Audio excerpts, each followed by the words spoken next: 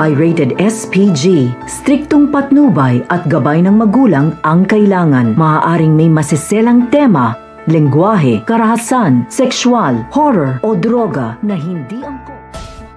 Dahil sa pagiging mabuting tao nga nito ni Annalyn at pagiging matibay ang loob nga nito sa pagharap nga sa unos dito nga kay Madam Lotus, ay naintindihan na nga siya nito. Dahil na nga rin nakapanood na nga nito ni Madam Lotus ang video ng kanyang anak na hanggang ngayon nga ay mahal pa rin nga siya nito at hindi siya nakalimutan nito sa tagal na panahon, at ipinangako nga ng anak nga niya na magkikita nga silang muli. Kaya naman humingi na nga ng tawad dito nga si Madam Lotus sa kanya. Sa kabilang banda naman nga ay ginawa nga nito ni Doc Benitez na itago itong si Irene matapos nga ang nangyari nga matinding kaganapan sa kanila, kung saan sa pagbabalik nga nito ni Lynette, posibilidad na makita nga nito ang bangkay nga nito ni Irene. Kaya pakatutukan nga natin dito kung makikita nga ba nito ni Lynette itong katawan nga nito ni Irene na kung saan wala na nga ang buhay dahil sa ginawa nga nito ni Doc Benitez. Ang lahat ng yan mga natin, maraming salamat sa iba.